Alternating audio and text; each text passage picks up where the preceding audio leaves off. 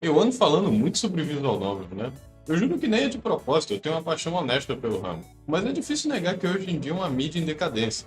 Hoje em dia, no mercado japonês, se alguém quiser fazer jogos com ênfase em texto de baixo orçamento com a otimização do lucro em mente, eles irão fazer gachas. Então a visual novel como opção de mercado foi ficando cada vez mais obsoleta, restando quem quer usá-la para prestar homenagens às suas influências apenas, ou às vezes para quem só tem acesso ao Ramp e ao MS Paint por limitações monetárias e quer fazer um jogo indie. Algo que eu não tenho muito conhecimento, sequer paixão, é o cenário televisivo japonês. O máximo que eu sei vem dos meus amigos que me falam uma curiosidade ou outra de Tokusatsu, mas se eu não vejo nem a novela das 6 daqui de casa, eu não acho que vai ter algum dorama que me convença a assistir TV tradicional por vontade própria mais uma vez. Meu amigo, boca livre e pênalti só perde quem é trouxa. Mas com tanto de gente falando sobre hoje em dia, só pode ser um sinal de que está em alta. Afinal, com a globalização cada vez mais forte nos dando acesso a diferentes culturas junto à era do streaming, era de se esperar que todos iam ter espaço para achar suas audiências nos quatro cantos do planeta. Visual novels e live action japoneses. A princípio, pode parecer que esses dois são como água e óleo.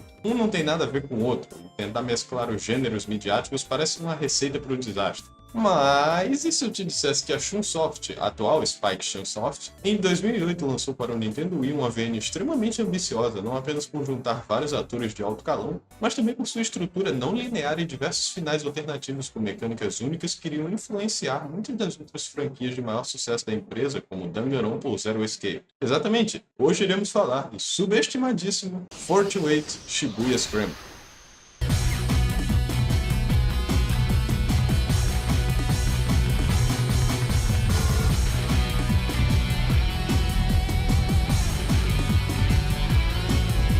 A Spike Chunsoft tem uma história bem interessante como empresa. A Chunsoft tinha sua fama no Japão desde os anos 80 graças ao lendário Yuji Horii, criador de Dragon Quest, roteirista de Chrono Trigger e, mais importante para esse vídeo, o cara que fez Portopia completamente sozinho, fazendo cair o primeiro dominó na sequência de desenvolvimento não só de RPGs, mas de visual novels. Portopia foi o jogo que fez Hideo Kojima se inspirar a contar histórias, para vocês terem uma ideia. Então só por isso eu já devo Yuji a minha alma. Seu colega de trabalho, Koichi Nakamura, voltou-se mais para o ramo das visual novels feitas pela Chunsoft, com o primeiro jogo publicado por eles mesmos sendo Otogiri Sou, uma história de terror com foco no som e no texto usando o máximo de sua ambientação, que ele criou após mostrar Dragon Quest para uma menina que estava ficando, e que ela achou bem sem graça, tentando então fazer um livro em formato de jogo, pensando em atrair uma audiência de não-gamers para os games. As coisas que um homem não faz para comer alguém. Meu pinto é uma alavanca, meu saco é uma marreta. Isso foi criando uma boa reputação para a Chunsoft enquanto Koichi Nakamura trabalhava nas suas principais séries dos anos 90. Mystery Dungeon, conhecida hoje em dia mais pelo seu crossover Pokémon Mystery Dungeon, e Kamaitachi no Yoru, o último grito da Banshee. Uma VN que, apesar de não ter sido traduzida, influenciou escritores como Ryukishu07, criador da série One Day Cry, e um nome mais relevante ainda para esse vídeo, Jiro Ishii, que trabalhou em Kamaitachi e eventualmente seria o escritor principal de Shibuya Scramble. A Spike tem uma história bem menos interessante, e em parte é a metade da Spike Chunsoft que carrega má reputação por aceitar jogos licenciados de qualidade duvidosa, como Jump Force e Made in Abyss, mas aí, eles fizeram o Budokai Tenkaichi, então é difícil desmerecer o trampo deles. For fuck's sake, motherfucker! Enfim, é importante mencionar que a Spike sempre teve um interesse leve em juntar full motion video com visual novels. É algo que eu falei no vídeo do Kenji Eno. Mas só para refrescar a memória, com os CDs tendo mais capacidade de armazenamento e qualidade de vídeo, faria sentido todo mundo da mídia tradicional tentar fazer os videogames do futuro usando full motion video. O problema era que rapidamente notaram que o custo-benefício também não era dos melhores. Não era todo mundo que podia pagar sets de filmes para fazer longa-metragem de sucesso, que dirá jogos que te tirassem do prejuízo. E mesmo os que eram aclamados pela sua qualidade não eram necessariamente um sucesso em vendas por estarem experimentando com a tecnologia nova, rapidamente matando a fase de FMV dos videogames que começou e terminou nos anos 90.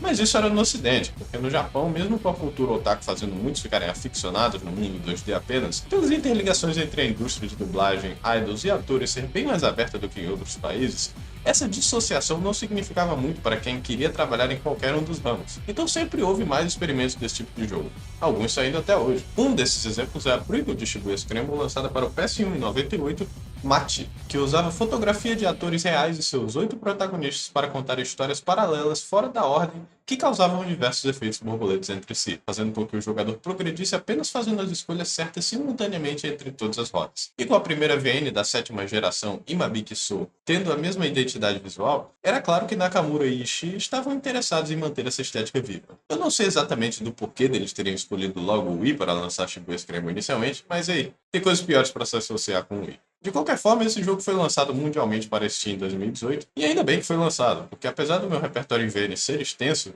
Shibuya Scramble rapidamente chegou lá no alto da minha lista de favoritos.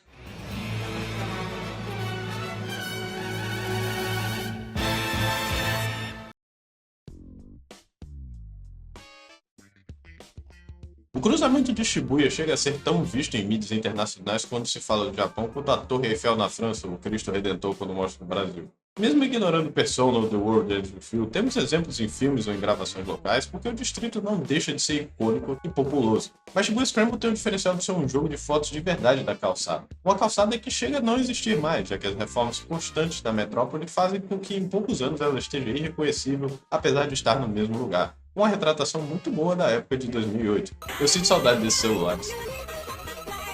O maior problema do quesito de visual novel sempre foi a limitação gráfica de suas ilustrações, alternando entre algumas expressões de portreitos e imagens de fundo para explicar tudo, deixando a apresentação bem estática e que, se você não for fã do traço, já dificulta bastante a sua leitura. Shibuya Scramble não tem esse problema porque foram usados mais de 120 mil fotos no local. E ao contrário de Mate, que precisava de rolos de filmes, o uso de câmeras digitais deixou tudo mais dinâmico e fácil de capturar. É incrível o quão expressivas as fotos são, com todo mundo sempre usando do máximo da sua linguagem corporal, uma prática vinda do próprio Tokusatsu, já que o pessoal está sempre vestido cobrindo a cabeça, eles tinham que achar alguma forma de demonstrar emoção. Sintam-se livres para falarem de onde vocês reconhecem esses atores se vocês assistem séries de TV japonesas, porque, como eu já falei, é melhor ser honesto e falar que eu não me importo do que fingir que sei das coisas.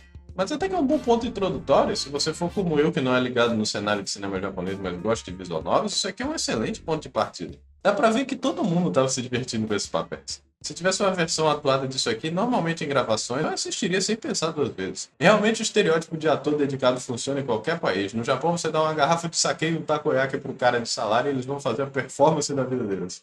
Falando em gravações, uma curiosidade interessante é que na época o staff do jogo quase foi preso por não ter autorização de gravar as ruas onde estavam. Mas no Japão, só tem quem faz exame. Se o policial não te pegar pelo crime, você não tem passagem na polícia. Então o que eles faziam era usar do staff para distrair e dispersar os policiais para poder continuar com a gravação normalmente. Isso pra mim é loucura, cara. Incrível como a densidade de Shibuya ajudou eles a terminar o projeto relativamente despercebidos. A trilha sonora, como de costume em obras que elogio, é do caralho. Os compositores principais foram Hideki Sakamoto e Naoki Sato. Sakamoto sendo conhecido por trabalhar em Yakuza 2, 3 e Smash Bros, compondo a música tema Life Light, e Naoki Sato sendo um monstro também por trabalhar em projetos de diversos tipos, tendo composto para animes como X, Eureka 7, Dragon Ball Super Hero, os live actions de Rurouni Kenshin e Godzilla Minus One. Eu falei que esse cara tinha currículo. Com a cantora Aya Kamiki também cantando o tema principal do jogo, Sekai wa Sore Demo Kawari wa Shinai. A trilha sonora é ótima, mas eu só consigo associar essa música com quando tudo explode no final ruim do capítulo final.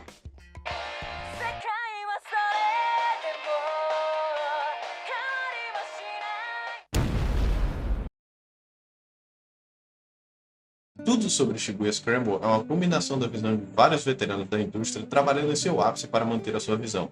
Então, com a visual novel não sendo nada sem sua história, eles não podiam falhar nesse quesito. Como o nome já diz, a premissa é sobre uma confusão em Shibuya. Em um dia só, das 10 às 20, acompanhamos um total de 5 pessoas e você só vai avançar de hora em hora se você completar todas as histórias ali. Porém, na maioria das vezes, você será interrompido por um final ruim, ou às vezes literalmente sendo bloqueado de prosseguir a história, sendo forçado a voltar no tempo para ver o que o outro boneco estava fazendo naquele momento. Às vezes a forma de evitar o final ruim é bem óbvia, mas em outros casos você vai ter que trocar de rota durante a rota que você estava porque apareceu alguma palavra que você podia interagir que funcionava como um gatilho para outra coisa que estava acontecendo simultaneamente. E com a bagunça que essa história é, eu fiquei surpreso que eu não me perdi em nada do que rolou, porque acima de tudo, Shibuya Scramble é uma ótima comédia. Lá pro final vira mais um suspense com toques de comédia, mas pela maioria do seu tempo é uma comédia com tons de suspense. Essa é uma das poucas VNs que consistentemente me fazia rir em todas as piadas que faziam.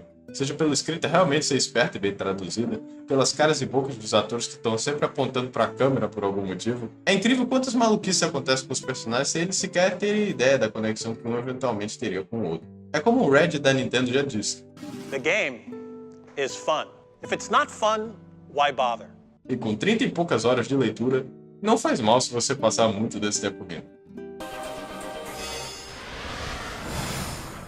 Começamos com o nosso protagonista Shinya Kano, um policial encarregado para cuidar de uma negociação de reféns acontecendo bem na frente da estátua do Hachiko. A filha do diretor da farmacêutica Okoshi, Maria Osawa, foi capturada por criminosos que pediram 50 milhões de ienes para que Maria voltasse com segurança para casa, que foi entregue pela irmã gêmea da Maria, Hitomi Osawa. Mas no momento que Kano vai cuidar do caso, a maleta com o dinheiro é roubada quando Atieno aparece para proteger Hitomi do perigo e sai correndo. A história do Kano é sobre ele interceptando a tal maleta e perseguindo os criminosos com seu amigo Yuji Sasayama, que por ser o mestre de disfarce acaba acompanhando ele com uma roupa bizonha para cada cena que aparece. E não só Kano tem que cuidar do caso mais importante da sua vida, como tem que se preocupar em enrolar o sogro dele o suficiente para que ele continue no restaurante com sua namorada Homikuro, porque ele queria causar uma boa impressão antes de pedir a mão dela em casamento. Ele só não escolheu o melhor dos dias. Atiendo é o nosso segundo protagonista, um ex-membro de uma gangue de rua que decidiu mudar de vida como coletor de lixo. Sempre ágil e forte,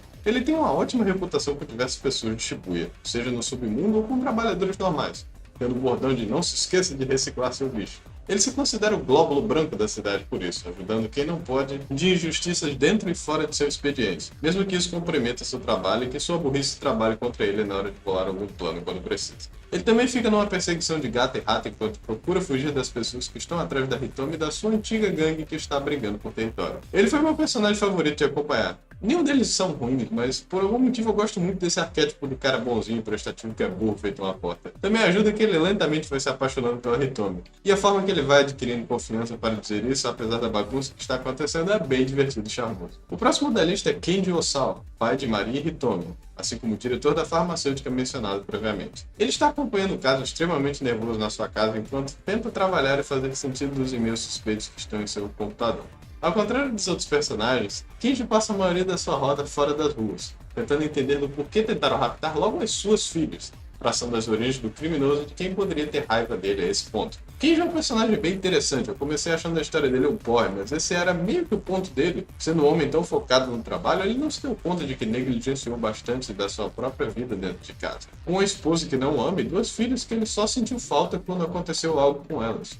Um homem tão essencial na sua empresa, mas que abriu mão de tanto conhecimento básico e se ganha só vivendo a vida, que acabou que o cara não sabe nem fazer o básico da casa, como desentupir uma privada ou usar o micro-ondas. Tá, e esse teu issue mesmo, nível Paulo Cogos de incompetência. Mas é muito legal ver ele lentamente mostrando que se importa com seus filhos, tentando compensar pelo tempo perdido achando uma forma de salvá-las. É na história dele também que descobrimos que a cidade inteira está em risco pela infecção do vírus UA, de se espalhar em Shibuya. Vê que as pessoas por trás do sequestro de Hitomi e Maria estavam planejando uma operação bioterrorista usando o vírus que tem uma taxa de mortalidade de 100%, que foi erradicado por Kenji. E quando o pai das meninas tenta resolver isso, ele é observado por um diretor que realmente quer que ele se acalme, mas é tão esquisito com suas atitudes que acaba assustando ele e o jogador junto. O próximo da lista é Minoru Minorikawa, escritor freelancer que trabalha para a editora da revista local Heaven Publishing, que entrou numa enrascada por colocar um sorteio de raspadinha nas suas revistas que foi mal impresso, fazendo com que todos conseguissem ver quais 10 revistas eram premiadas sem nem precisar comprar. O prejuízo tão grande que o chefe do Minorikawa decide se matar de ódio. Eu não tô nem zoando. O Minorikawa promete fazer a maior manchete da vida dele só para ver se a empresa não fecha e ele não se mata. E apesar de todas as confusões acontecendo naquele dia em Shibuya, ele não consegue fazer nenhuma das manchetes que tinha planejado com sucesso. Com sua única outra parceira de trabalho para contar, sendo uma escritora tão ansiosa que mal consegue entrevistar ninguém em uma rua lotada. Mas apesar de ser o mais inconsequente em toda a conspiração do vírus do ar, ele é o que mais encontra os outros personagens e acaba atrapalhando ou ajudando qualquer um que ele se esbarre. A última das personagens jogáveis é Tama, uma mulher dentro de uma roupa de gatinho que decidiu trabalhar para um scammer local para ver se conseguia dinheiro para comprar um colar que ela queria. Mas acontecem alguns probleminhas leves. Um, ela não consegue tirar a fantasia de jeito nenhum. E dois, ela não tem memória de quem ela é depois de uma porrada que recebeu. Eu acho a rota da Tama a mais engraçada de longe. Não só ela se mete em um monte de situações bizarras, como a atitude dela de tanto faz, já tô aqui mesmo, dá uma graça muito casual ao seu personagem. Sem contar sobre o chefe que ela trabalha ser um esquisito que tenta vender uma fórmula secreta de emagrecer, que na verdade é só uma bebida apimentada que ele comprou estoque demais e está tentando revender por um preço melhor. Ainda tem a amiga da Tama, que é uma grande comilona que trabalha com ela e tem que aturar as putarias do chefe. Mesmo quando eu pegava um dos mais de 80 finais ruins e tomava um game over, eu não me sentia mal ou frustrado, porque muitos deles eram tão divertidos quanto a história principal. Por exemplo, tem uma hora em que você tem que largar a roupa de gatinho da Tama e escolhe entregar pra alguém ou jogar a fantasia no meio da rua. Parece uma decisão simples, né? Bem consequente até. Acontece que na rota do cano, Yuji decide usar a fantasia de gato como disfarce após encontrá-la. E após ficar preso nela e tentar sair, ele acaba abrindo um portal interdimensional que faz eles desaparecerem da face da Terra. E isso nunca é mencionado novamente. Que porra tem nessa fantasia amaldiçoada, hein? Como podem ver, a história tem muito pra se desenrolar e acaba dando tantas reviravoltas em si que você nunca vai ter certeza por onde ela vai. Além de que você vai se divertir com os altos e baixos como se estivesse numa montanha-russa.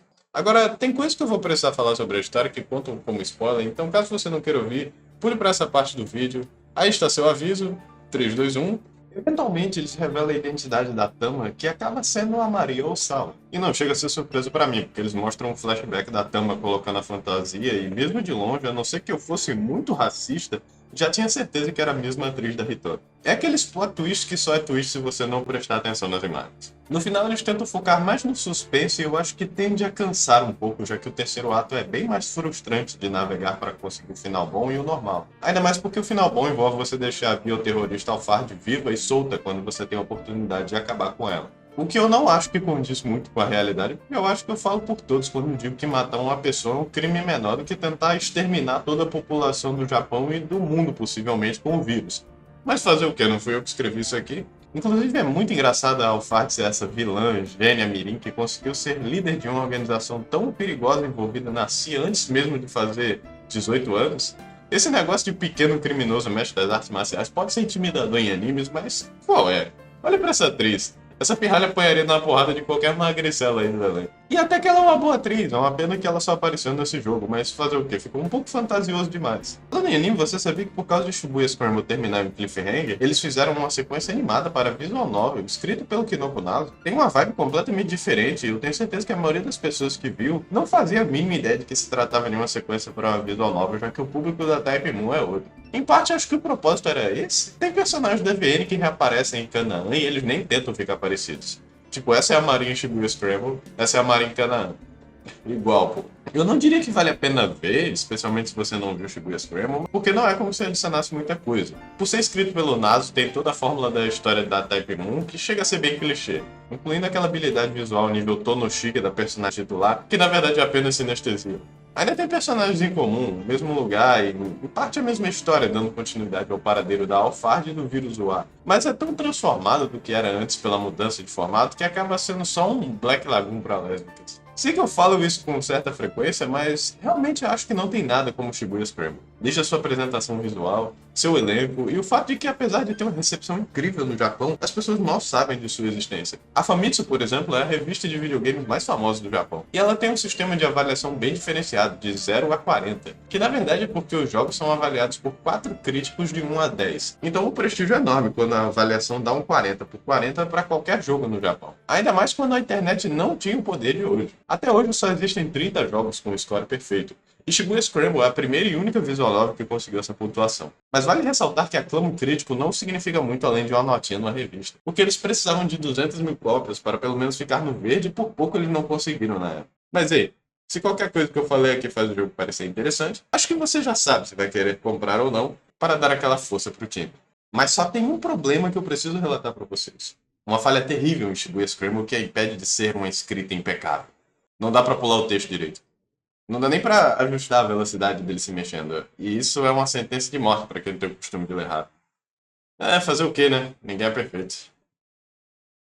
Esse foi o vídeo, galera. Obrigado por assistir. Não esqueça de dar like, se inscrever e comentar o que achou. Eu tô começando a fazer corte dos meus vídeos, como shorts, para o TikTok e para o Instagram também. Não se preocupem, não vai ser só cortes para os vídeos. Também finalmente peguei o costume de fazer live todo fim de semana. Você pode ter certeza que a gente vai conversar, ou ver algum vídeo, ou jogar algum videogame enquanto a gente puxa um papinho. Então, caso você se sinta interessado, você pode dar uma olhada nas minhas outras redes sociais. Muito obrigado pelo seu tempo e até mais.